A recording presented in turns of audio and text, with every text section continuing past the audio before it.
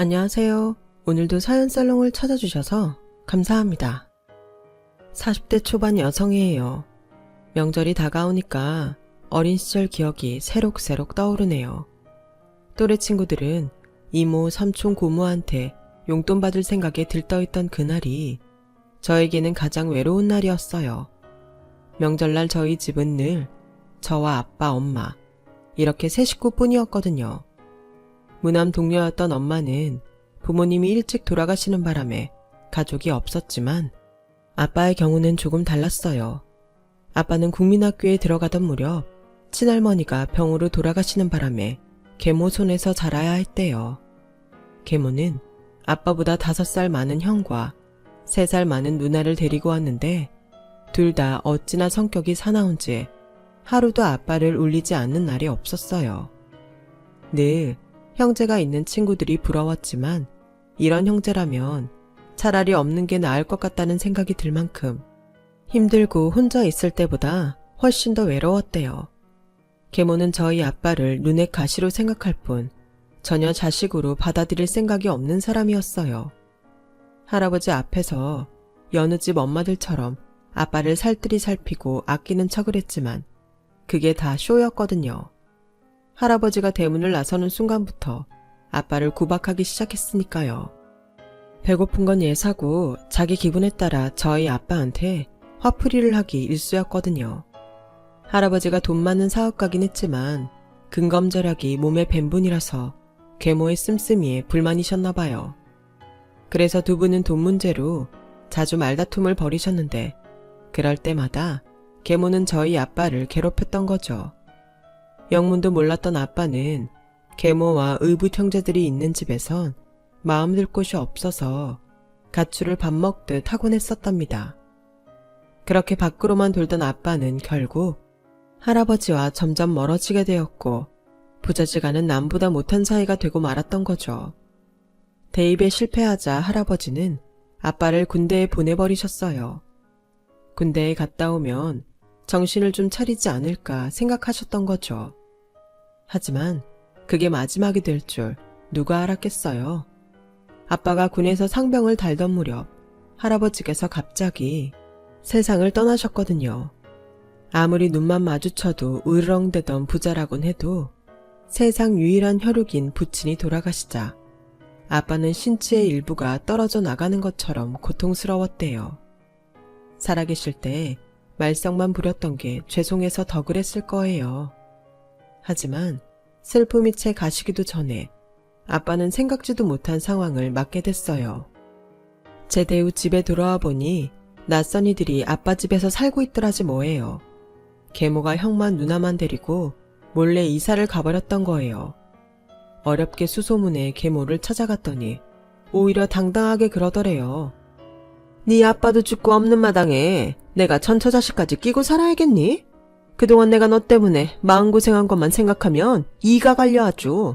네 아빠가 그렇게 일찍 죽은 것도 따지고 보면 네가 속을 썩여서 그런 거야. 네 놈이 날 과부로 만든 거라고. 그러니까 내 집에서 당장 나가. 어차피 너도 날 엄마로 생각한 적 없었잖아. 우리가 피가 섞인 것도 아니고 살면서 정을 쌓은 것도 아닌데 이제와 부모 자식으로 사는 게 무슨 의미가 있겠니? 안 그러니? 혹여 네 아빠 재산 찾겠다고 온 거라면 일찌감치 꿈 깨라. 네 아빠 죽을 때 전 재산을 나한테 넘겼으니 집도 회사도 다 내 소유야. 헛된 꿈 꾸지 말고 꺼지라고. 안 나가면 경찰 부를 거야. 그 많은 재산을 차지하고도 아빠를 맨몸으로 내쫓은 계모한테 아빠는 아무 말도 하지 못했대요. 남편이 죽으면 재산이 부인한테 가는 건 당연하다고 생각했던 거죠. 지금이라면 유류분 청구 소송을 걸어서 유산의 일부를 뺏었겠지만 상속법에 대한 기초적인 지식이 없었던 아빠는 그 많은 재산을 계모한테 몽땅 뺏긴 채 집에서 쫓겨났어요.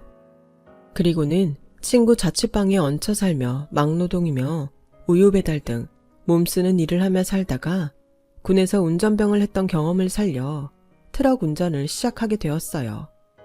공사판을 드나들며 일을 하던 아빠는 공사판 인근 한밥집에서 일하던 엄마를 만나 연애를 하다가 얼마 뒤 혼인신고를 하고 살기 시작했어요. 두 분 다 가족도 없이 사는 처지라서 결혼식은 고사하고 결혼 반지도 없이 부부가 된 거였죠. 아빠는 결혼 후에도 트럭을 몰았고 엄마는 식당 일을 하거나 가정집 파출부로 일하며 생계를 이어갔어요. 그러다 제가 태어나면서부터 몇 년간 집에서 살림만 하다가 제가 기저귀를 떼던 무렵부터 주인집 할머니께 저를 맡기곤 야쿠르트 배달을 시작하셨어요. 요즘 야쿠르트 배달은 1,400만 원이 넘는 정동 카트를 타고 하지만 예전엔 살구빛 사각 가방을 어깨에 둘러매고 온 동네를 걸어서 배달하곤 했어요. 평평한 길뿐만 아니라 비탈진 산동네까지도 다녀야 해서 엄마는 무릎 통증에 시달리곤 했죠. 많이 걸어야 해서 운동화를 신고 다녔는데 걷는 양이 하도 많아서 운동화 바닥이 성할 날이 없었어요. 제가 중학교에 다닐 때까지도 엄마는 야쿠르트 배달을 했어요. 그래서 동네 사람들은 저를 볼 때마다 야쿠르트 딸이라고 부르곤 했죠. 어릴 땐 그 말이 그렇게 싫어서 집 밖을 나갈 때 모자를 눌러 쓰거나 고개를 푹 숙이고 다녔어요. 제가 참 철이 없었죠. 엄마는 가족을 먹여 살리느라 그 힘든 일을 하시는데 딸이라는 게 그걸 창피하게 생각했으니 말이에요. 요즘도 길을 가다 야쿠르트 아줌마를 보면 예전에 엄마가 고생하시던 게 생각이 나서 그냥 지나치지 못하고 양껏 팔아드리곤 해요. 빨리 팔고 들어가 쉬시라고요. 제가 몇 개 팔아드린다고 해서 그분께 큰 도움이 될지는 모르겠지만 그래도 마음이 쓰이는 걸 어쩌겠어요. 제가 고등학교에 들어가던 무렵 아빠는 트럭 모는 일을 그만두셨어요. 장시간 운전을 하다 보니 건강이 많이 안 좋아지셨거든요. 운전 외에는 딱히 기술이 없었던 터라 다른 일자리를 구하기도 어려워서 그동안 모아둔 돈에 대출을 받아서 분식집을 차리셨어요. 엄마 음식 솜씨가 좋은 편이라 주방은 엄마가 맡고 서빙과 잡일은 아빠가 도맡아 하게 되었죠. 근처에 중고등학교가 있어서 손님의 대부분들이 학생이었어요. 주말엔 저도 가게에 나가 가게 일을 돕곤 했었죠.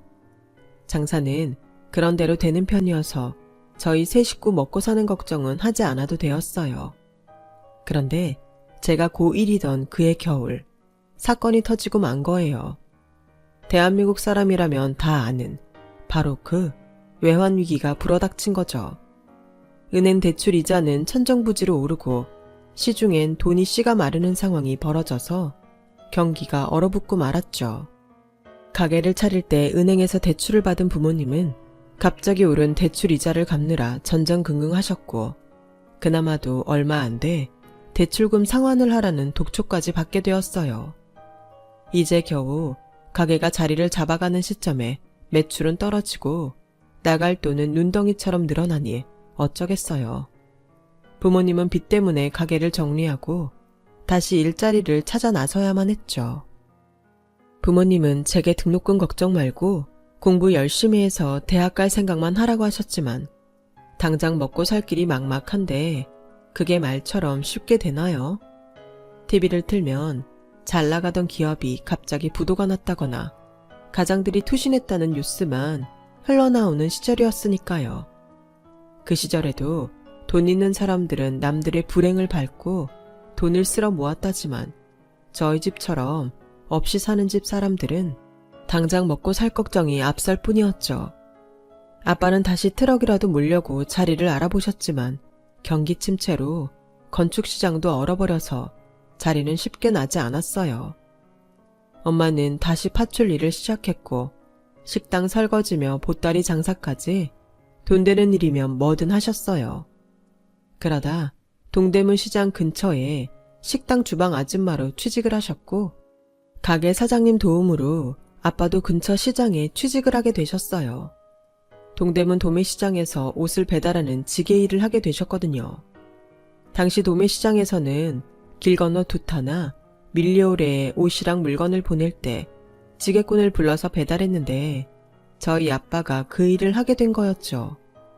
그걸 몰랐던 저는 친구들을 따라 밀리오레에 옷 구경을 하러 갔다가 옷보다리를 지게에 지고 후문으로 들어서는 아빠를 보게 되었어요. 너무 당황해 얼른 화장실에 숨었는데 다행히 아빠는 저를 못 보셨을 거예요. 아빠가 창피해서 숨었던 건 아니에요. 오히려 그 반대였어요. 아빠가 저를 보면 창피해 하실까봐 그 걱정에 숨은 거니까요. 그동안 저는 아빠가 배달 일을 한다고 하셔서 차로 짐을 옮기는 일인 줄 알고 있었거든요. 그런데 지게를 지고 그렇게 힘들게 돈을 벌고 계셨다니 너무 죄송해서 눈물이 나더라고요. 엄마 아빠가 힘들게 사시는 게 마치 저 때문인 것만 같아서요. 화려한 조명이 짱짱하게 빛나고 신나는 유행가가 울려 퍼지는 곳에서 다른 친구들과 쇼핑을 하는데 아빠는 지게를 지고 쇼핑상가 정문도 아닌 후문으로만 드나들 수 있었던 거예요. 한겨울에도 땀을 뻘뻘 흘려가며 양 어깨에 가장의 무게를 짊어지고 밤낮으로 뛰어다니셨던 거죠. 그 모습을 본 이후로 저는 정신을 차리고 공부를 했어요. 성공해야 내 부모님을 가난에서 구할 수 있을 거란 생각으로요. 그러기 위해서는 좋은 대학에 들어가 번듯한 회사에 취직을 해야 한다고 생각했거든요.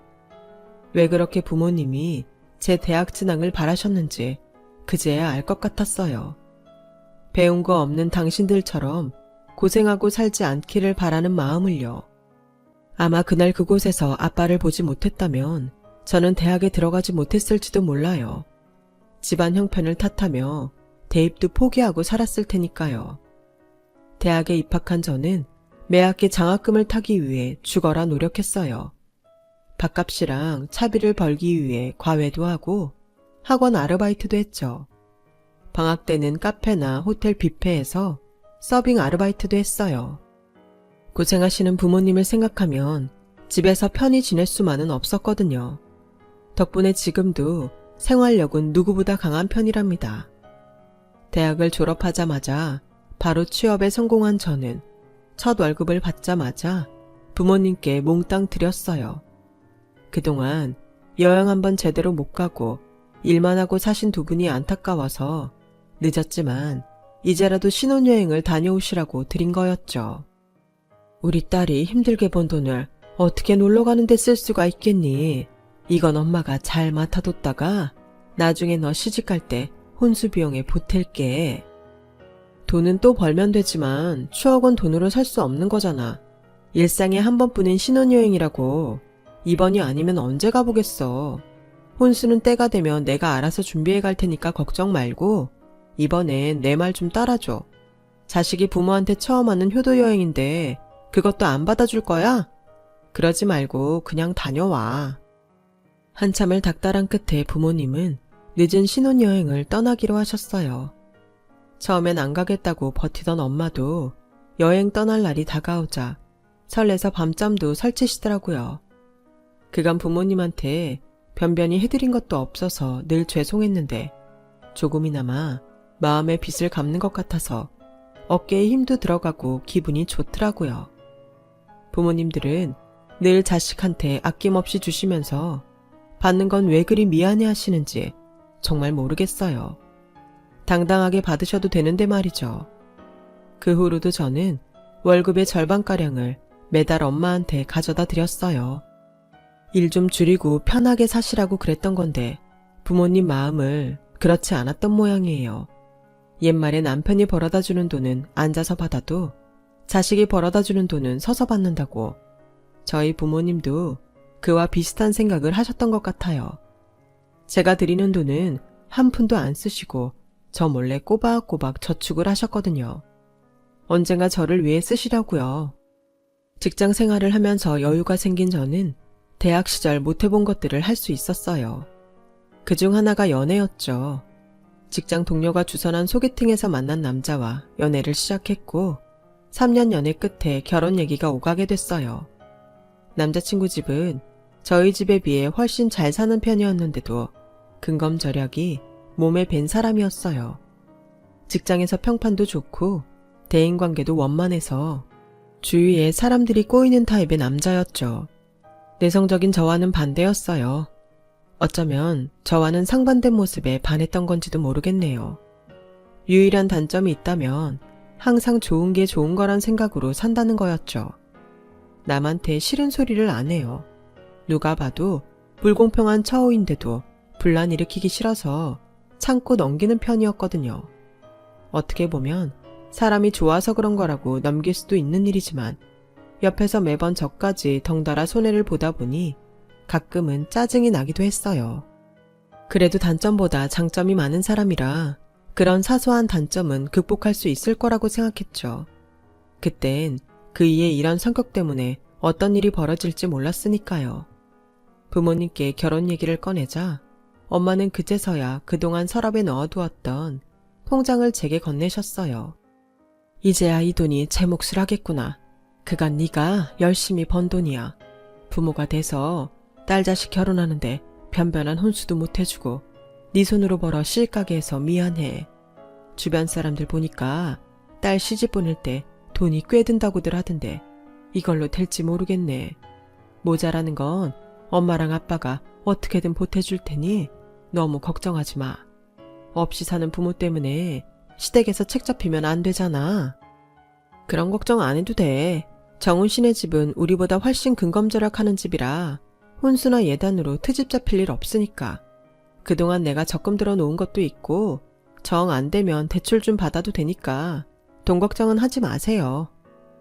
그때까지만 해도 저는 시댁 식구들의 본 모습을 제대로 알지 못했기에 결혼을 만만하게 보고 있었어요. 하지만 시댁에 인사를 드리러 가서야 그동안 내가 참 어리석은 생각을 해왔다는 걸 알 수 있었죠. 시댁에 도착하자마자 어머님은 제게 상 차리는 것 좀 도와달라며 은밀히 주방으로 부르셨어요. 그리고는 거실에 새어나가지 않도록 속삭이듯 말씀하셨죠. 너도 알다시피 우리한테 자식이 청훈이밖에 더 있니? 그러니 결혼식만큼은 남 보란 듯이 제대로 치르고 싶구나. 개모임에 나가보니 요즘은 며느리가 시어머니한테 명품백 하나쯤은 기본으로 해준다고 하던데 너도 알고 있지? 그래서 말인데 나도 남들 드는 명품백 정도는 받아야 된다고 생각하는데 넌 어떻게 생각하니? 니네 형편 아는데 에르메스까지는 안 바란다. 그냥 저렴하게 샤넬이랑 구찌백으로 하나씩 해오거라. 넘버는 내가 문자로 넣어줄 테니까 꼭 그걸로 사와야 해. 그리고 이건 네 시아버지한테는 비밀로 해야 한다. 알았지? 어머님은 그동안 꼭꼭 숨기고 있던 욕망을 저를 통해 이루려고 하셨어요. 그런데 그건 어머님뿐만이 아니었어요. 식사를 마치고 다가를 준비하는데 마당에서 아버님이 저를 부르시더라고요. 얘 아가, 듣자니 요즘은 예단으로 시부모가 원하는 걸 해온다고 하던데 너도 알고 있지? 그래서 말이다. 혹시 내 걸로 생각해둔 게 없다면 골프클럽 풀세트랑 백을 해줬으면 하는데 말이다. 명품까지는 안 바라고 그냥 남들 보기에 창피하지 않을 정도로만 해오면 된다. 왜 그런 말 있잖니? 모든 운동은 장비빨이라고. 예전엔 몰랐는데 나이가 들어 그런가 요즘 들어 장비 욕심이 들지 뭐니. 늙어서 주책이라고 생각해도 어쩔 수 없다만 네 시어머니한테는 비밀로 해줬으면 좋겠구나. 근검절약은 개뿔. 두 분 다 내 돈 주고 사기 아까워서 무력을 감추고 있었던 것뿐이었어요. 그러다 자식 결혼을 핑계삼아 저를 통해 욕망을 채우려고 하셨던 거죠. 이 얘기를 얘랑한테 했더니 뭐라는 줄 아세요? 몰랐는데 우리 부모님 참 귀여우시네. 안 그래 자기야? 좋은 게 좋은 거라고 그렇게 원하시는데 기분 좋게 해드려. 좋은 날 앞두고 기분 좀 내시게 해. 자기야, 그걸 말이라고 해? 그게 돈이 얼만데. 우리 결혼 예산으론 무리라는 거 몰라서 하는 소리야? 애초에 예단비도 남자가 지불해오니까 여자 쪽에서도 거기에 비례해서 돈으로 보내는 건데 우리 경우는 다르잖아. 집도 살림도 둘이 똑같이 분담해서 하기로 했는데 무슨 예단비야. 그냥 자기가 어머님 아버님께 얘기 좀 잘해주면 안 될까? 나중에 우리 살림 좀 나아지면 그때 해드리겠다고 말이야. 그랬더니 얘랑이 입을 삐죽거리며 인상을 쓰더라고요. 그냥 좀 해주면 안 돼? 평소 안 그러시는 분들이 자기한테 어렵게 말 꺼내신 건데 어떻게 안 된다고 딱 잘라 말을 하냐? 그냥 분란 일으키지 말고 원하시는 대로 해드리자. 자기야, 응? 얘랑은 이번에도 대충 애교를 떨며 넘어가려고 했어요. 그놈의 좋게 좋게 하자는 말에 저는 등골이 휠판인데 말이죠. 아주 답답해서 엄마한테 그 얘기를 했더니 그럼 시부모님 선물은 엄마랑 아빠가 해주시겠다고 하더라고요. 그 말을 들으니 더 속상했어요. 똑같이 자식 낳아 애지중지 키웠는데 누군 명품백에 골프채 풀세트까지 받는데 누구는 아무것도 못 받고 그 돈을 내게 됐으니 말이에요. 그래서 다음 날 얘랑을 만나 저도 제 부모님 선물을 해달라고 했어요. 우리 엄마도 다이아 반지 해줘. 우리 아빠는 안마의자 하나 해주고. 그럼 나도 자기 부모님 선물 해줄게. 대충 가격도 비슷하니까 자기도 이 정도는 해줄 수 있지?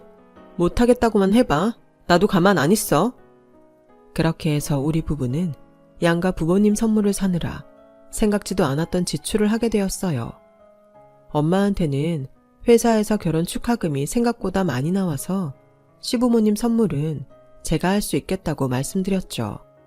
생각지 못한 지출 탓에 우리는 결국 전셋집을 포기하고 월세집에서 신혼을 시작하게 되었어요.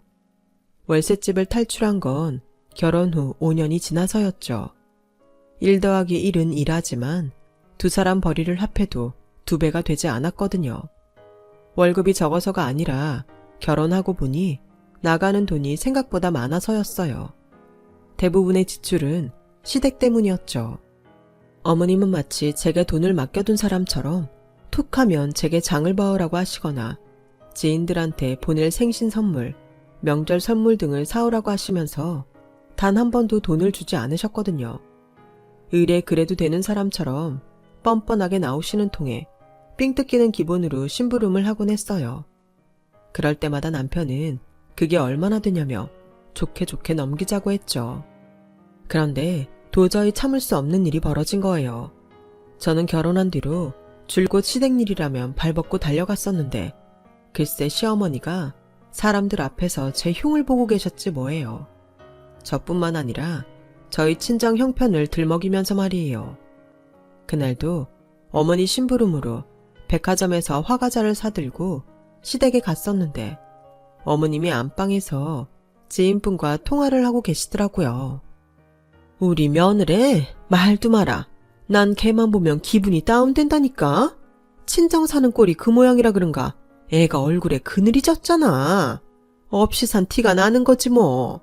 남들은 처가덕도 보고 산다는데 우리 아들은 전생에 뭔 죄를 졌길래 그렇게 구질구질한 처가를 만났나 몰라. 처가덕을 보기는커녕 나중에 장인장모 뒤치다거리나 안 하고 살지 모르겠다. 그 부모의 그 자식이라고 뭘 제대로 써보고 살았어야 물건도 고르는 눈이 있지. 이건 뭐 심부름 하나 시키면 죄다 싸구려만 사들고 온다니까. 아, 며느리라고 하나밖에 없는데 이렇게 수준이 안 맞아서 어디 데리고 나가지도 못한다니까. 어머님이 저를 그렇게 생각하는 줄은 꿈에도 몰랐어요. 그동안 시댁에 잘 보이려고 노력했던 게 모두 헛짓이었던 거예요.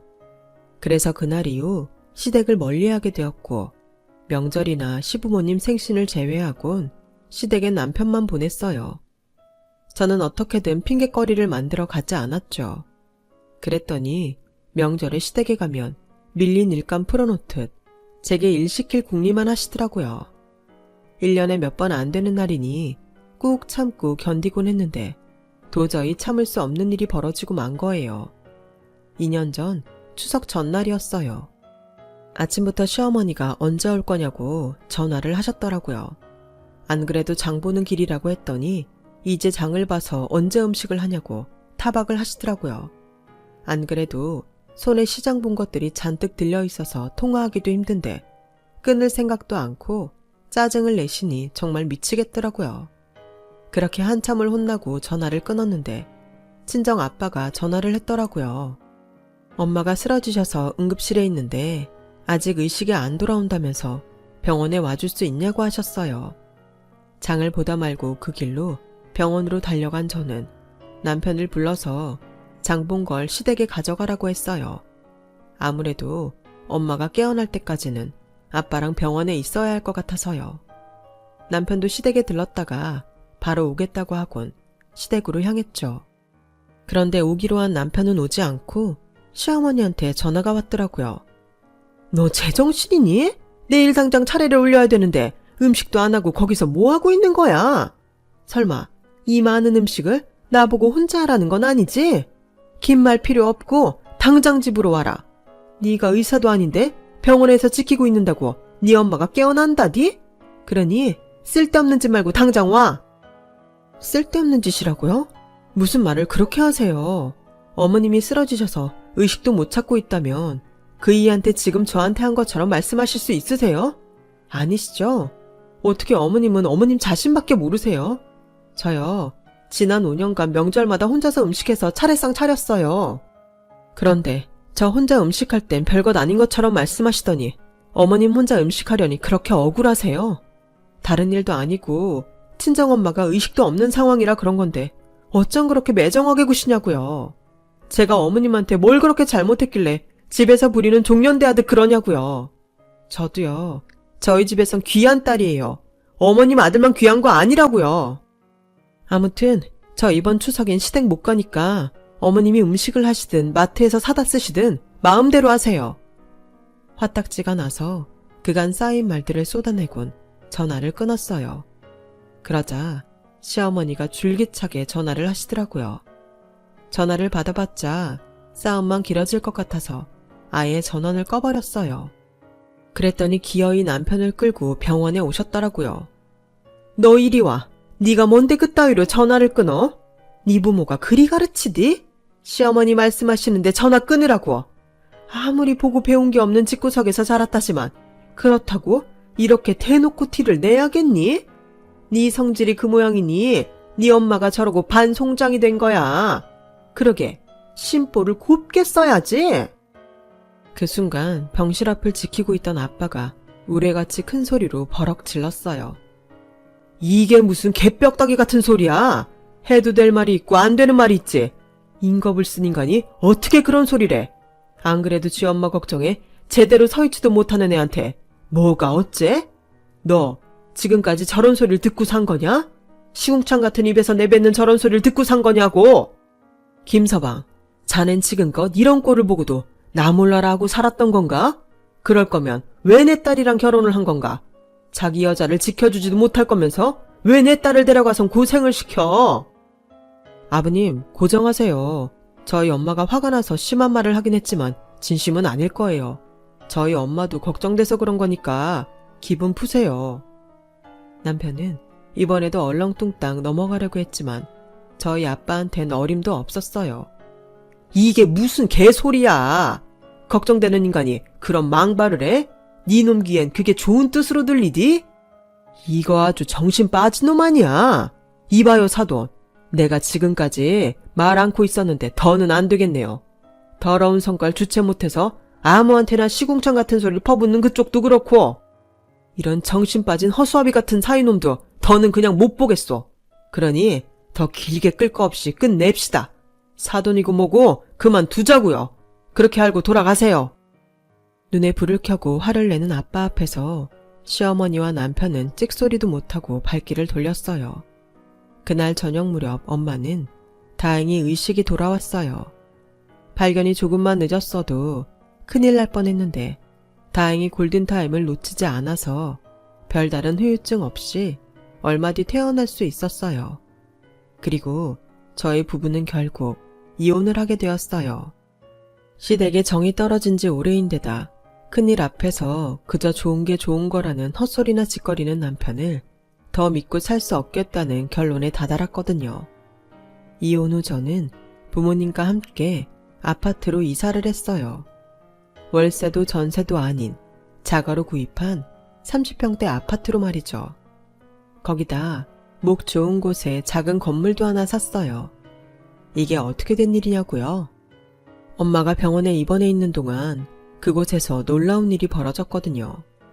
엄마가 입원해 있던 병원 특실에 부잣집 할머니가 입원해 있었는데 글쎄 그분 아들이 저희 아빠를 보곤 도망치듯 병실로 들어가지 뭐예요. 그래서 아빠랑 따라가 봤더니 거기에 아빠 계모가 입원해 있었던 거였죠. 어릴 때부터 엄마를 통해 아빠의 기구한 사안을 들었던 저는 아빠를 모시고 변호사 사무실에 찾아가 친할아버지가 남긴 유산을 돌려받을 방법이 없는지 물었고 다행히 소송을 걸면 당시 유산의 절반가량을 받을 수 있다고 들었어요. 그 말에 용기를 얻어 소송을 걸었고 재판이 있기도 전에 그쪽에서 합의를 하자는 연락이 왔더라고요. 그렇게 해서 받은 돈이 50억이 조금 넘는 금액이었어요.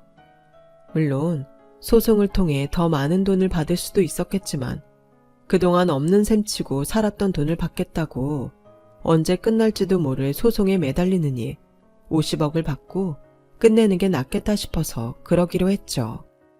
그 돈만으로도 저희 부모님은 더 이상 힘든 일 안 하고 사실 수 있으니까요.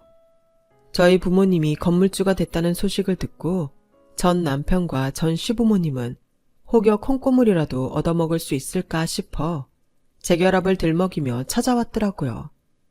그동안 병상에 누워있느라 제대로 복수를 못했던 엄마는 그 집 식구들을 보자마자 달려들어가 소금을 가져와 생선에 뿌리듯 사정없이 뿌려댔어요. 어쩌냐? 니년이 말한 반송장이 멀쩡히 살아났으니 한 번만 더 내 딸 앞에 뻔뻔스런 낯짝 들고 찾아오기만 해봐라. 내가 니들을 반송장 만들어줄 테니 당장 꺼지지 못해. 끝까지 체면국이고 소금에 푹 절여진 전 남편과 그의 부모는 도망치듯 엘리베이터에 몸을 실었어요. 그게 벌써 10년도 더 된 일이네요. 저는 여전히 재혼을 안 한 채 부모님과 함께 살고 있어요. 여전히 회사에 다니면서 휴가 때는 부모님을 모시고 해외여행을 다니죠. 그 옛날 신혼여행을 갈 돈도 없었던 저희 부모님은 그 한풀이를 하듯 동남아는 물론 유럽 여행도 다니시고 전국 팔도 여행도 즐기시며 사세요. 비록 그 사이 많이 늙기는 하셨지만 그래도 아직은 장거리 비행기도 거뜬히 타시고 시차 적응도 거뜬히 하실 만큼 쌩쌩하시답니다. 지난 한 인생 힘겹게 살아오신 부모님이 오래오래 건강하시길 바랄 뿐이에요. 지금까지 제 사연을 들어주셔서 감사합니다. 건강하시고 행복하세요. 여러분, 사연 댓글에 응원과 현명한 조언 부탁드려요. 좋아요와 구독은 저에게 큰 힘이 됩니다. 오늘도 좋은 일 가득하세요.